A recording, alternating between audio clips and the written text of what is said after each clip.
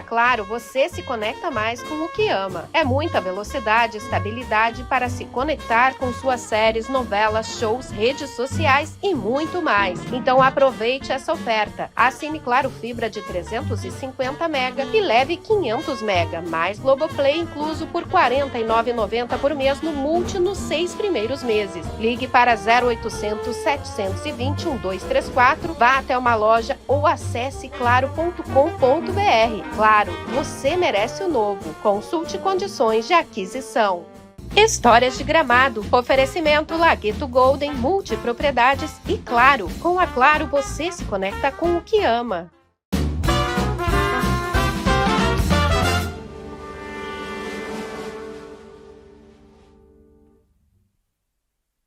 Boa noite a todos, estamos iniciando mais um episódio de Histórias de Gramado, patrocínio da Golden Lagueto Multipropriedades e da Claro. Lembrando que a Claro está com a sua loja na rua São Pedro 514.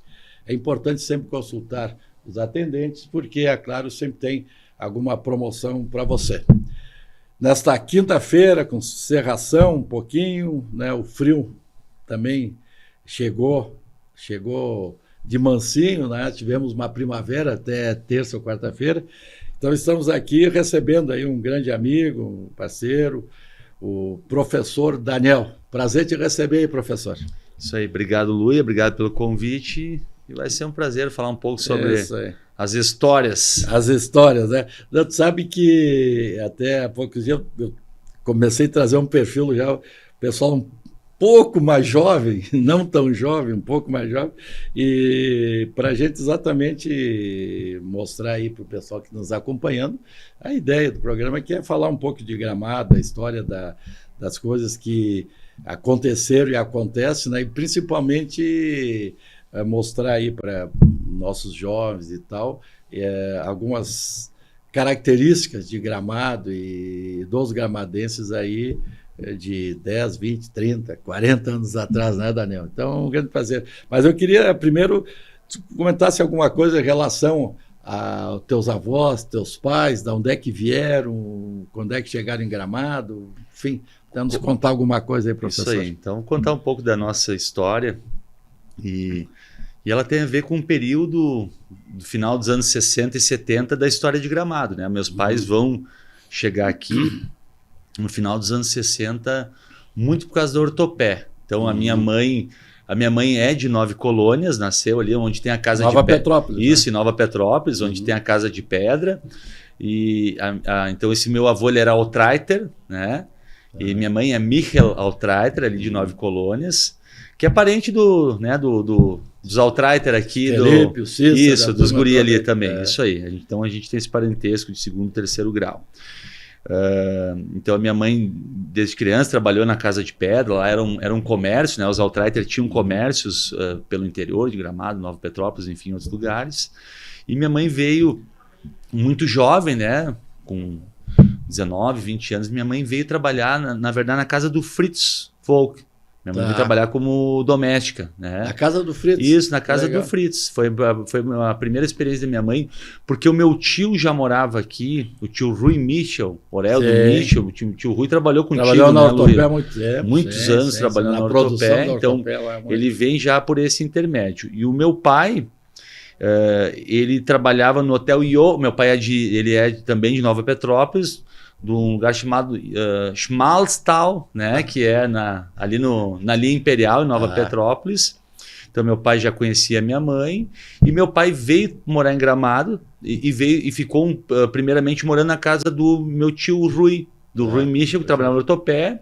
E aí meu pai começou a trabalhar na Ortopé, minha mãe também começou a trabalhar na Ortopé, isso aí no final dos anos 60, né? Daí meu pai é Keller, é Ruppenthal, é só alemão, só alemoado. Então, tudo alemão, né? E minha mãe vem de Nove Colônias, meu pai vem da linha Imperial. E no final dos anos 60 eles vão se estabelecer em Gramado, eles casam, eles compram o imóvel que eles têm até hoje, que é ali onde é a rua Santos Dumont, na Piratini. Meu pai sempre conta, né? Tinham pouquíssimas casas ali, não existia a rua. Né? Depois ali era Eusébio, era a rua Eusébio Balzarete, né? Não, era Augusto Balzarete. Augusto Balzarete, exatamente. E ali onde hoje é prefeito Nelson de Nimbira até a Dom Pedro. Isso, ali tinha um carreiro. Depois que eles fazem e criam a Rua Santos Dumont. Isso nos anos 60. É isso aí, no final dos anos 60 e 70, né? Eles vão... Claro. E Daniel, não sei se tem lembrança da história, os teus avós, eles eram ali da região de Nova Petrópolis ou vieram de alguma outra região? Eles já se estabeleciam ali. Por parte de mãe, o meu bisavô, o Michael, ele morou numa casa onde hoje ainda pertence a Gramado, que a gente chama de Chapadão. Tá, Chapadão. Essa casa ela tá de pé ainda. Então o meu bisavô morava ali. E o meu avô, quando casou com a minha avó, que era por parte dos Altraiter, eles foram morar em Nove Colônias. Eu lembro, né, o meu avô, ele era uma figura muito querida, o meu avô por parte de mãe, o seu Michael, né, Teobaldo Michael, e ele cantava em grupos de coral, ele tinha uma relação muito forte com aquela comunidade de Nove Colônias. Eu lembro muito bem, embora ele se faleceu quando eu tinha uns 12 anos, 10, 12 anos, e a minha avó, quando eu tinha uns 23, 24 anos, a minha avó faleceu. Então eu tive um bom convívio ainda com eles por parte de mãe, por parte de pai também foi mais ou menos a mesma data. Primeiro perdi a minha avó, depois o meu avô. Ali, a Nove Colônias, só para o pessoal identificar, né? A gente passa a linha Brasil e aí quando está começando a subir a lomba para chegar na linha Imperial, ali entra à esquerda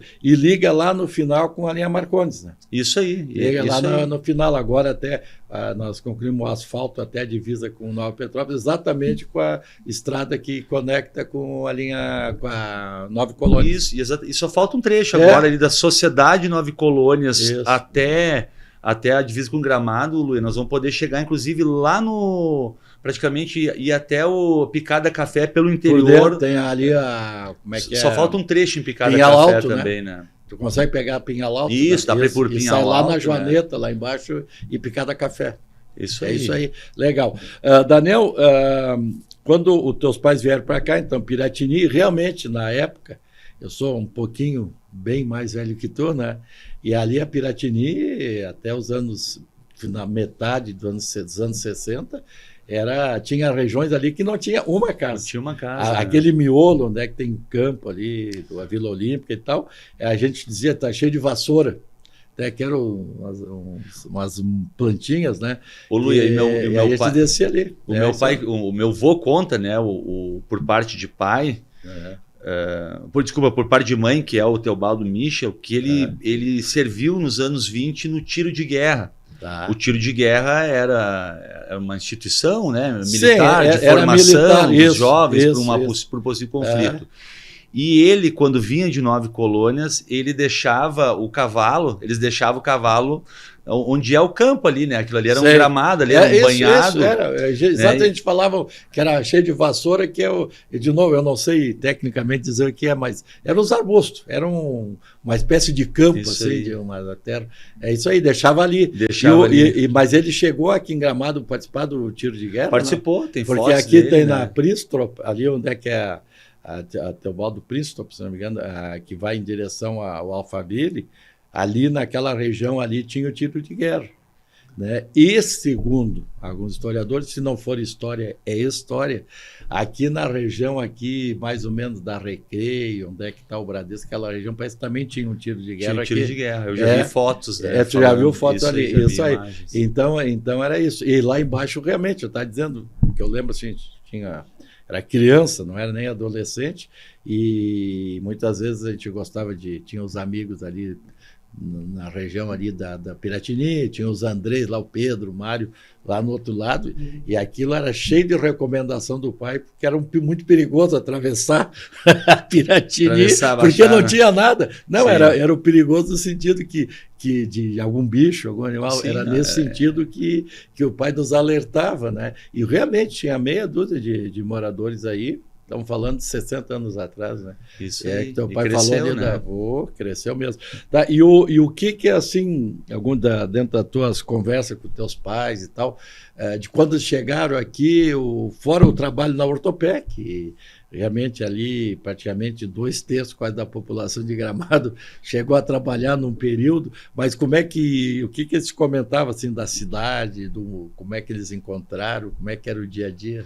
É uma cidade, claro, é um saudosismo que o gramadense alimenta, né? Quanto mais idade a gente tem, mais viveu o passado, mais a gente tem esse saudosismo, né? Então, eu lembro dos meus pais comentando no final dos anos 60, no início dos anos 70, até uma facilidade de comprar um imóvel, né? Porque eles trabalhavam como operários na Ortopé, e em praticamente 6 meses, acho que compraram o terreno e em mais 6 meses construíram uma casa. A dinâmica era outra, né? Exato. Eu não sei aqui na Santos Dumont, na rua, mas ali no miolo, vamos dizer assim, ali tinha a família Andrés, tinha tipo loteamento, seu Avelino, os Gabriele, que eram os principais loteadores. E aquele tempo tu fazia um salário mínimo, sei lá. Isso, seria tu comprava, hoje, né?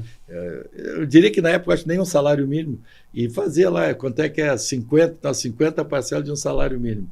E o próprio dono do loteamento ia lá cobrar. Era um sistema, claro, e isso ajudou muito a crescer Gramado. Isso aconteceu ali com Praz, lá na região da Floresta, o bairro Jardim, ali também, ele foi assim a forma de vender. O próprio Dutra. A Carniel, né? Eles foram bairros já foi que a família foi loteando, né? As famílias, ali a Dutra ali já foi nos anos 70, foi um pouquinho mais organizado, mas também era... Claro, também não podemos comparar com os valores de hoje. Gramado superou qualquer outro em termos de valorização do imóvel. Né?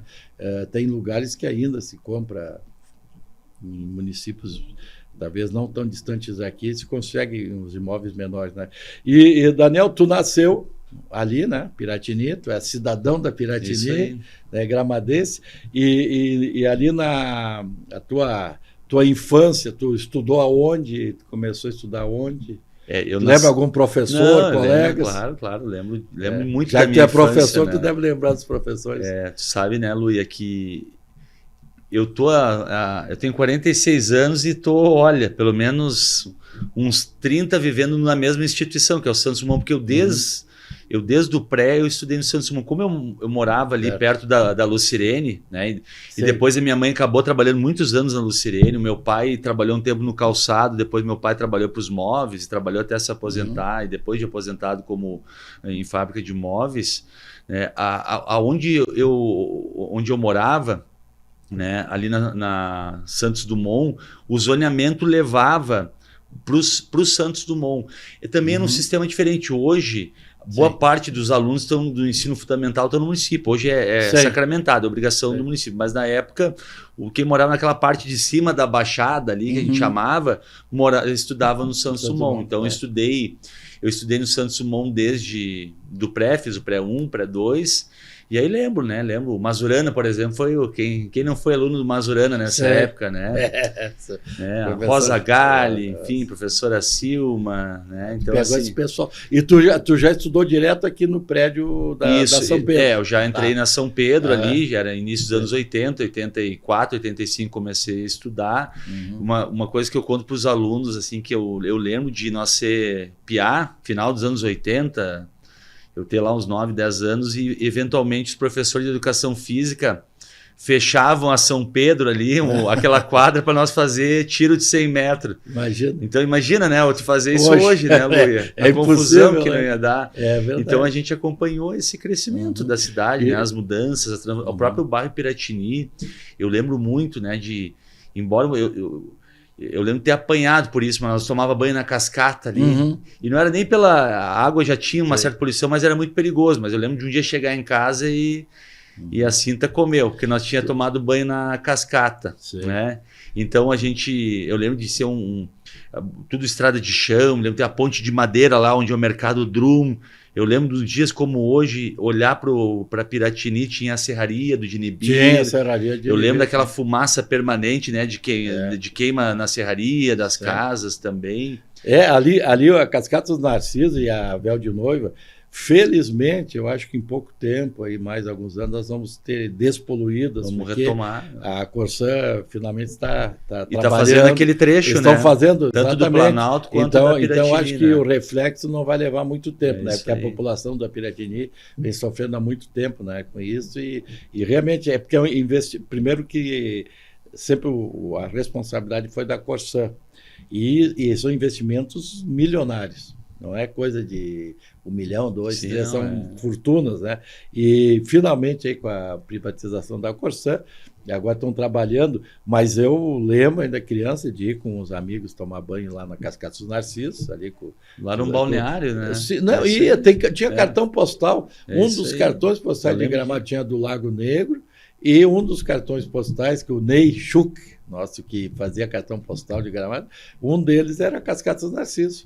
E para tu ver, né, a própria Véu de Noiva era bonita ali. Ela é bonita, só que é poluída. E ela foi visitada até os anos 90. Eu lembro de ser criança, nós ficar na Nelson de Libira ali. Tem uma pequena infraestrutura ali, a hora que ela for finalmente despoluída e realmente vai se tornar atrativo. Claro, não para tomar banho, mas é um atrativo, um lugar bonito, agradável, né? E perto do centro, né?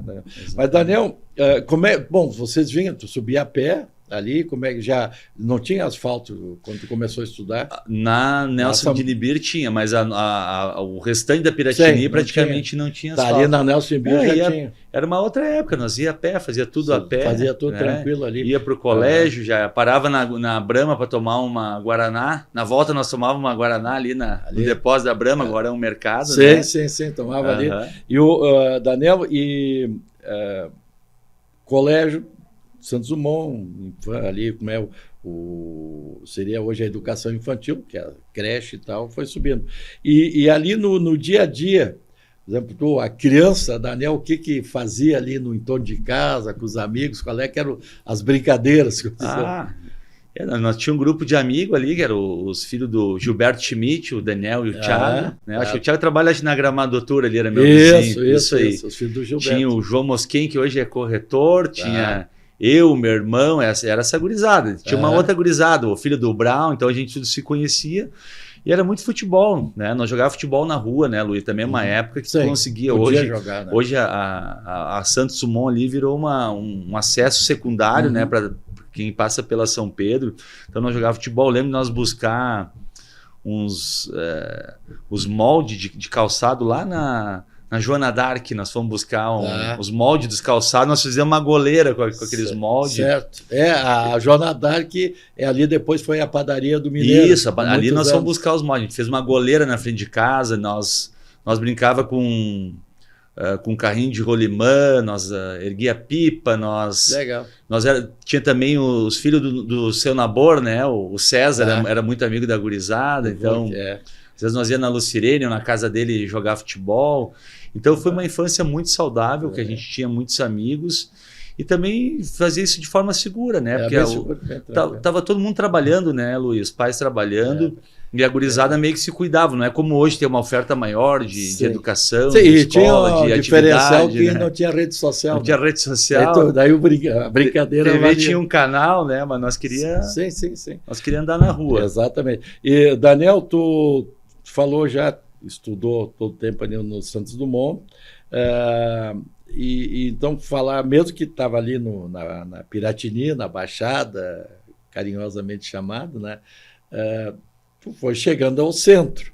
Então, assim, como é que tu diferenciava ali onde é que tu vivia com teus amigos e quando tu vinha para o centro, vamos dizer assim, não para estudar, para circular, o que era, onde é que vocês iam, qual é que era o caminho de vocês aqui pelo centro? Tu sabe que eu ia muito no centro, na igreja luterana, eu sou luterano, então eu tive toda uma criação desde criança, desde o culto infantil. Fala, a igreja do relógio. Isso, a igreja do relógio, né? Então, assim, eu lembro que as minhas idas eram o colégio e muito para a igreja. Então, eu fiz toda uma vida ali de culto infantil, depois eu participei da Juventude Mirim, depois do grupo de jovens. Então, eu vivi muito no entorno da vida que tinha, das atividades da igreja. Claro, né, Luísa? A gente vinha aqui na praça que é a Praça do Lagueto, agora é Silvino Fiorese, né? Sim. A praça atrás do Lagueto, ali da Garibaldi, onde a delegacia... Praça das Crianças ali. Isso, a Praça das Crianças. Tinha a delegacia na frente, tinha o sindicato também. Então, nós íamos na praça. Eu lembro que a gente frequentava mais também a praça no centro da cidade, volta e meia nós ia ali, ficava zanzando por ali, andando de bicicleta também. Frequentava alguma lancheria, algum bar, alguma coisa que era predileto de vocês? Ia no Pesadão, lembro de ir no Pesadão também. Onde é que é o Esquilo hoje? Isso, Pesadão Lanches. Nossa, o André Folk. Isso. E eventualmente, quando abria algum bar, claro, depois vem a adolescência, daí nós ia para o Casa Nova, depois ia para o Estação Z. Hoje é diferente, né, Luia? Não sei se tu sabe, mas na noite agora tem mais pub, barzinho. Eu não... Meu tempo, já passou o meu tempo, né? Meu tempo a gente saía muito fazia noite, né? Ia em danceteria, em boate. Hoje a gente vê que é diferente, mudou muito. Pois é, mas aqui... Mas na infância eu andava mais na igreja. Minha vida era muito voltada ao que acontecia ali no grupo de jovens. Minha irmã participava, os amigos... A galera também se envolvia. Mas sabe que várias pessoas vieram aqui, a nossa faixa de idade, um pouco mais, um pouco menos, e tem algumas histórias assim, exatamente de locais que hoje não tem mais, eram boates na época e tal, tipo a Recreio, Tênis Clube, a própria lá, tinha lá na Floresta, o Banana Power. Tu não chegou Não, esse eu não conhecia. Tu já não pegou a tua época, Não então. peguei. Já pegou ali, porque isso era famoso. O que vocês, na faixa de adolescência, iam a algum baile, alguma coisa assim, baile de colônia, recreio, minuano, carnaval, como é que era? Assim, eu ia pouco, sabe que eu ia mais na danceteria Casa Nova, depois teve Estação Z. Mas baile de interior, eu fui mais em Dois Irmãos, porque eu tive uma fase, Luia, que com 15 anos eu fui morar em Novo Hamburgo. Teve 2 anos que eu joguei vôlei na ginástica durante 2 anos e morei lá. Então eu fiz um outro grupo de amigos, mas eu vinha no fim de semana. Mas assim, eventualmente eu saí na noite, mas a minha atividade social era mais do grupo de jovens. Daí o sábado à noite nós tínhamos um encontro do grupo de jovens. Daí domingo nós jogava vôlei às vezes com o pessoal do CLJ ou entre nós, né? E então era um outro tipo de... Os bailes eu fui depois, mais tarde comecei em baile, mas eu ia mais lá para Dois Irmãos ali. Porque e aquela região ela tinha muito mais tradição de bailes. Ali mesmo Nova Petrópolis, Pinhal Alto, Picada Café, ali tinha muito, ainda tem, né? Mas hoje já é com janta. Na época era só baile, né? Eu passei a frequentar mais o interior, assim, essas festas de comunidade depois com o mandato, né, Luia? A gente começa a se envolver, né? E daí batia ponto em todos os almoços e janta. É verdade. E o Daniel, aqui praticamente viveu no centro de Gramado, né? Conviveu, então, quando a gente foi na comunidade evangélica, enfim, com os amigos, turma. E como é que tu optou por fazer... Não sei se tu chegou a fazer pedagogia ou tu fez outro... Eu fiz licenciatura em História. Licenciatura em História, tá. Tu sabe aonde tu fez? Eu fiz na Fevale, né? Tá. Na época era a faculdade, né? Era uma universidade ainda mais perto para fazer o curso de História. Era ali, depois era Unicinos, Caxias... Sim. Então, tu sabe que eu sempre gostei, né, da história, do passado, assim, é uma coisa que sempre me chamou muito a atenção. Mas só que, na verdade, agora não me lembro mais o ano, acho que foi em 99, veio um pré-vestibular para Gramado, que era o bicho pré-vestibular. Sim. Então eu estava terminando o ensino médio. Teve uma febre eu tinha terminado pré-vestibular. E esse foi um dos primeiros, era um curso pré-vestibular, e era ali no Cenecista. Só que eu queria fazer a faculdade de jornalismo, na verdade. Eu sempre gostei muito do jornalismo também.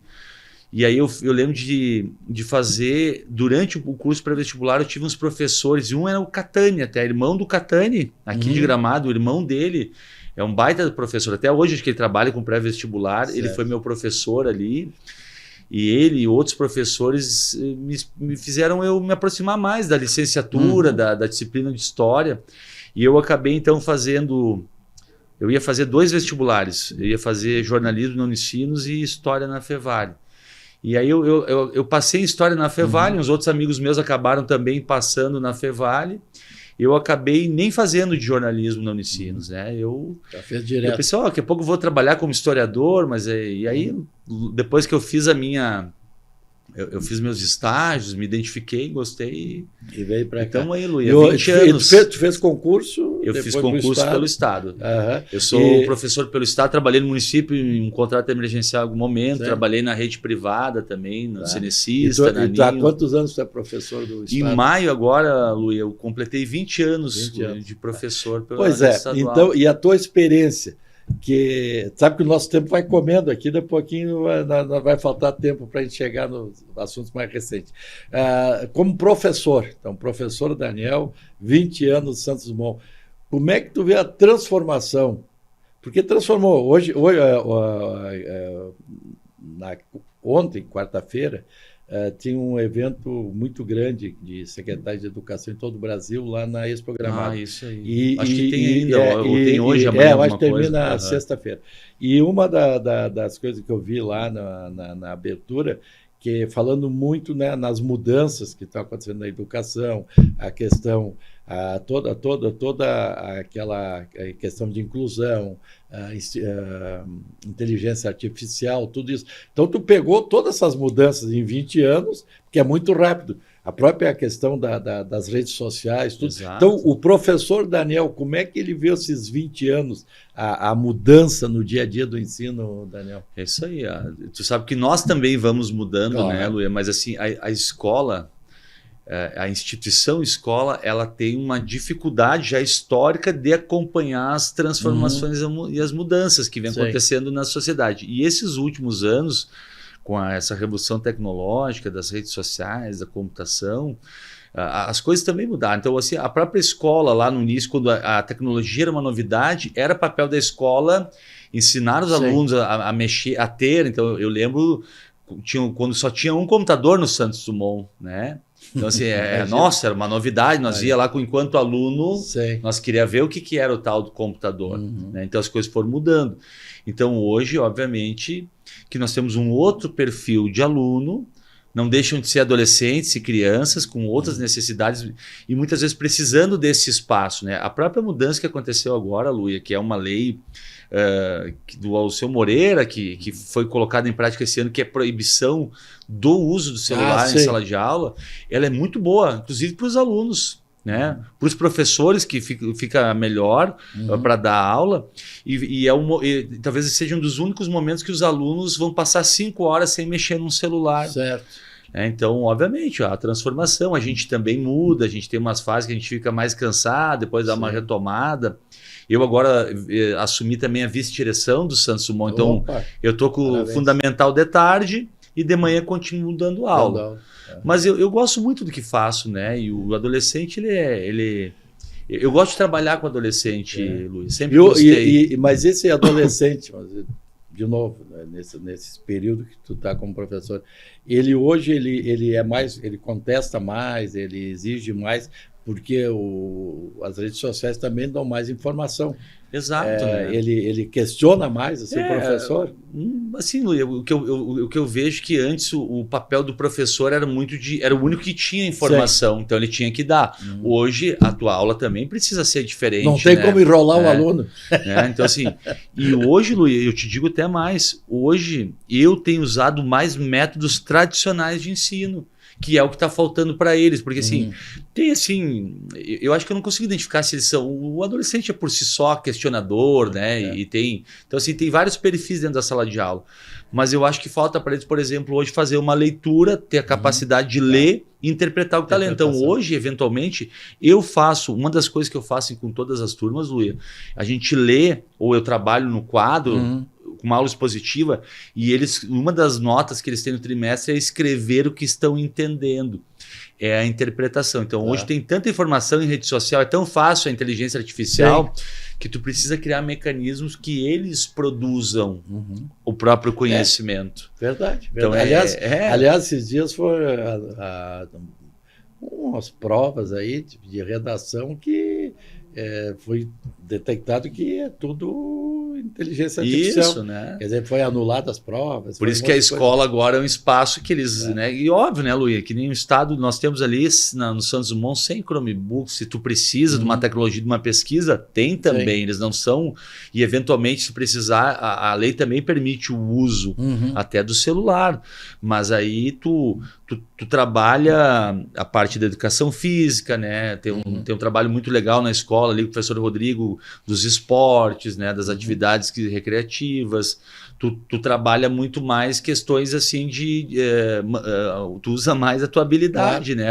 Tu tem que estimular o aluno a pensar, porque as coisas prontas estão na mão e eles sabem melhor do que nós, eles sabem mexer melhor. Então, não vou eu dar uma aula de como eles vão mexer no Instagram. Não precisa, né, Luia? Eu vou orientar. Estimular como é que eu vou dizer? Não é a pesquisa, a pessoa tem um raciocínio próprio. Isso, um raciocínio lógico próprio, né? Eles saberem, por exemplo, mas é papel da escola não ensinar como eles vão fazer o seu perfil no Instagram, como eles vão tirar uma foto, isso eles sabem, a tecnologia, o filtro, tu tem que, como escola, preparar eles psicologicamente para os perigos que também tem do uso excessivo das redes sociais. Então, assim, as pautas mudaram, né? Só que é isso, né? A estrutura da escola, né, Luia, ela não consegue mudar com a mesma velocidade. A gente enfrenta isso em Gramado, com a mesma velocidade que as transformações da sociedade acontecem, né? Isso a gente sente no dia a dia, né? Daniel, bom, tu então... área de educação, enfim, ligada ali à comunidade evangélica, e tu também, há uns anos atrás, optou em entrar na vida política e tal. Como é que foi teu ingresso como candidato a vereador e depois vereador? Como é que tu acabou indo para essa? Eu sempre gostei, tá, Luia? Não vou mentir para ti. Sempre gostei de política. O meu pai, eu lembro do meu pai, assim, também não se envolvia nas eleições... assim, indo nos lugares e como candidato, mas o meu pai sempre foi muito politizado. Eu lembro dele estar sempre escutando rádio, ele lia jornal, ele acompanhava, ele tinha sempre lado numa eleição municipal, estadual, federal. Eu lembro da eleição de 89, eu tinha 10 anos, ela foi para presidente? Foi a primeira, né, Luia? O processo eu então acompanhei enquanto criança, que meu pai escutava rádio, né? A redemocratização, meu pai gostava muito do Brizola também. Tanto que a minha primeira filiação, na verdade, Luia, foi pelo PDT. Eu era office boy do Broilo, tinha uns 17, 18 anos e De qual dos Broilo? Do Eloy, aqui na iluminação, né? Trabalhava com o Sandro, né? Com o Eloy ali, com o Cid. E eu já tinha uma boa relação com as pessoas. Eu reunia a gurizada para fazer uns almoços dos office boy ali no Remy, no bar do Remy, ali no Beija-Flor. Beija-Flor. Né? E aí ele me convidou para filiar. Mas assim, fui filiado ao PDT, mas nunca participei de uma reunião, de um ato. Eu era filiado, eu fui filiado. Certo. Mas eu acompanhava, gostava de política. E quem me convidou, Luia, para participar de um partido e depois das eleições foi o professor Gelson Oliveira, que foi secretário adjunto da Educação do governo. Isso, o Gelson. Então ele era meu colega, ele disse, vamos participar, e assim foi o convite que veio, eu participei, e eu lembro lá em 2015 o Gilney, né? O Gilney tinha sido candidato a prefeito em 12, 15, disse, eu preciso de um substituto, nós vamos participar de uma eleição. Fui meio assim na emoção, mas de certa forma a minha primeira eleição mostrou, né, que a eleição para vereador é muito isso, né, Luia? As relações que tu constrói ao longo da vida. Isso é fundamental. De muitos ex-alunos também, pessoas que eu tinha conhecido que me deram essa oportunidade. Mas começou assim, eu sempre gostei, sempre acompanhei política, né? Mas entrei assim meio na... Sim. Não, mas é aquela história, né? Tu tem que gostar. Isso. Essa é a primeira coisa, né? Não fui assim porque alguém quis Não, eu fui porque... vontade. E aí tu teve 2 mandatos, né? Tu te elegeu em 2016, né? Que a gente teve 20 junto, 20. tu foi presidente em 2017. O Luia foi meu primeiro presidente da Câmara, né? Estreamos junto ali.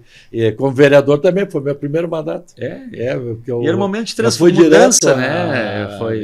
Foi uma mudança, né? Depois tu te reelegeu, né? Em 20? Em 2020, exatamente. Está tocando aí. E assim, Daniel, dentro da política, a gente não tem pouco espaço aí para falar tanto de política, mas dentro da tua visão, assim.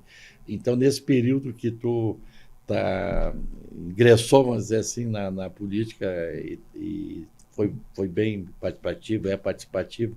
Como é que tu vê assim, o Gramado ali nesses últimos 10 anos? Eu falo assim porque sempre tem o questionamento do crescimento de Gramado, desenvolvimento de Gramado.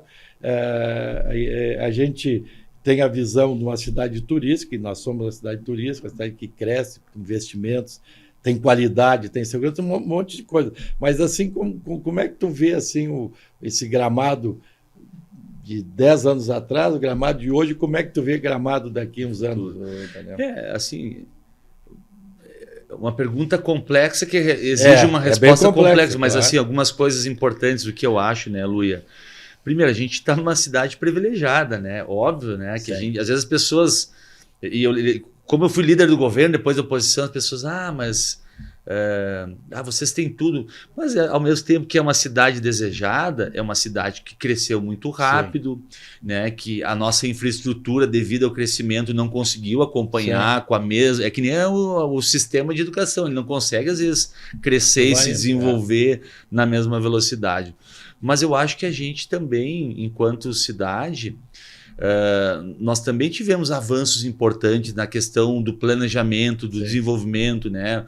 O próprio plano de mobilidade urbana, né, Luia, que nós discutimos, tu enquanto vice-prefeito na última gestão, eu enquanto presidente da Câmara, em um momento, foi um processo de amadurecimento das instituições. Né? A implantação é um pouco mais lenta. Claro, né? O próprio plano de mobilidade urbana, né? Embora a gente vê assim, eu vou te dar um exemplo, né? Há 10, 15 anos atrás...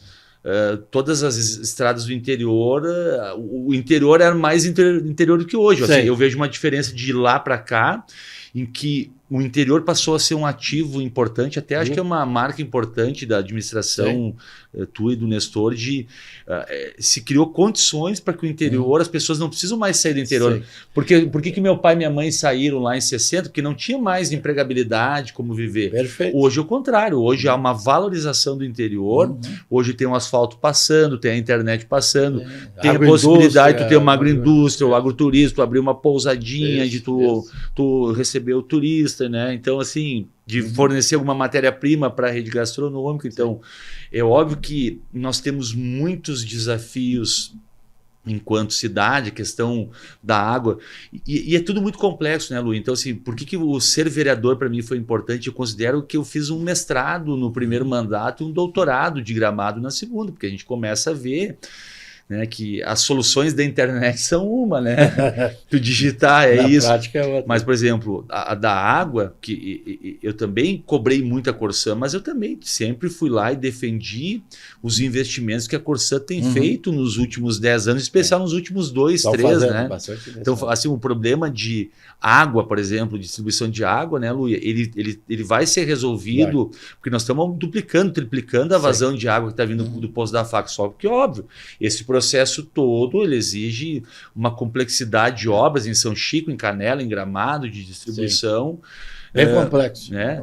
E óbvio, nos preocupa muito o crescimento, porque assim, o gramadense tem muito isso que a gente está falando hoje, a gente tem muito essa nostalgia de como era lá nos anos 80, 90, mas a gente também tem que entender, Luia, que o que eu fiz lá nos anos 80, que a minha professora de Educação Física fez de fechar São Pedro para nós correr no meio da rua, isso acabou. Então, então eu vejo o futuro assim também, que a gente precisa pensar em Gramado, né? É óbvio que a gente tem que respeitar, e as pessoas pensam no seu lucro, no dinheiro, os grandes empreendimentos, mas a própria ação que vocês fizeram um mês atrás, né, alguns dias atrás, ela também é um alerta, porque nós precisamos, nós que amamos Gramado, que nascemos em Gramado, ou que adotamos Gramado, né, como meus pais adotaram e outros vieram para cá, nós precisamos pensar na cidade. Então eu também acho que nós teremos que ter algumas medidas duras, né, que vão exigir esforço e que não vão agradar todo mundo, para que a gente possa manter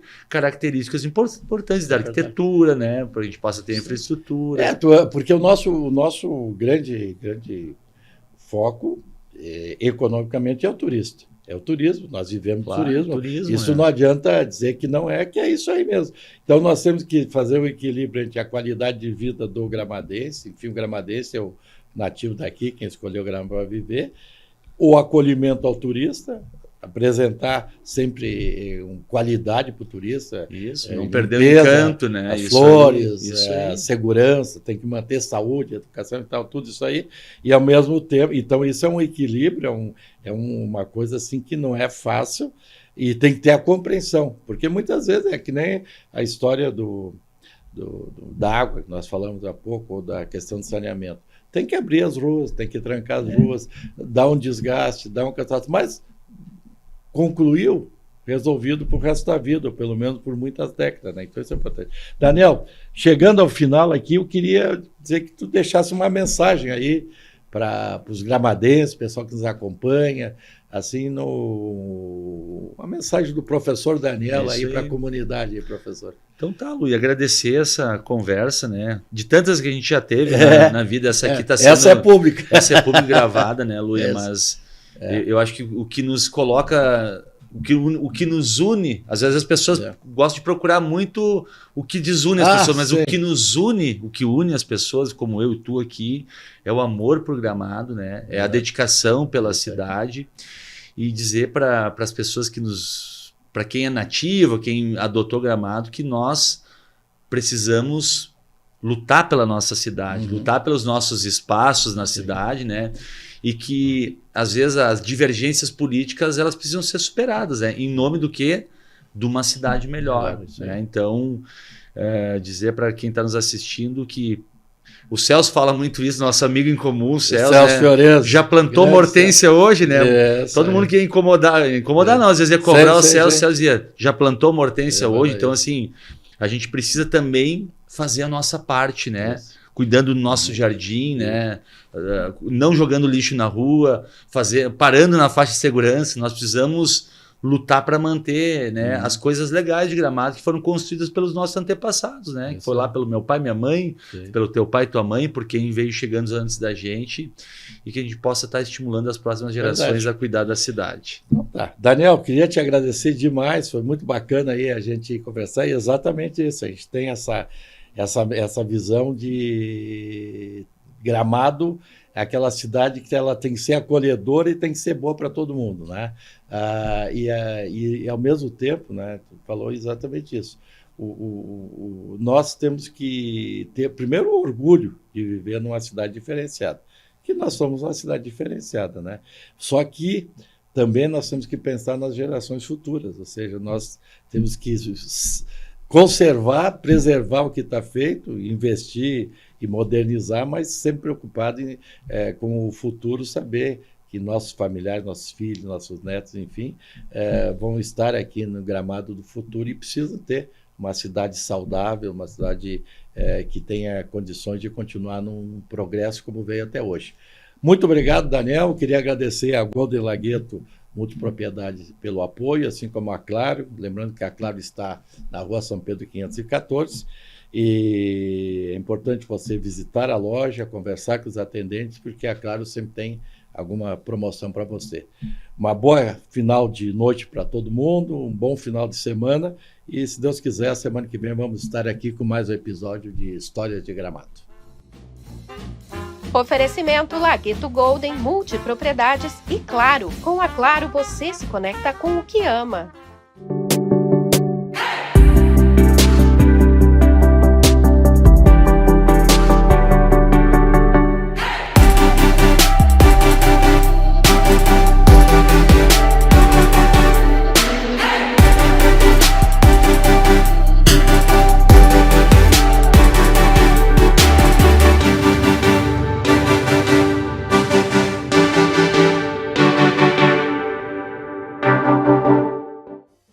Claro, você se conecta mais com o que ama. É muita velocidade e estabilidade para se conectar com suas séries, novelas, shows, redes sociais e muito mais. Então aproveite essa oferta. Assine Claro Fibra de 350 MB e leve 500 MB, mais Globoplay incluso por R$ 49,90 por mês no Multi nos 6 primeiros meses. Ligue para 0800 720 1234, vá até uma loja ou acesse claro.com.br. Claro, você merece o novo. Consulte condições de aquisição.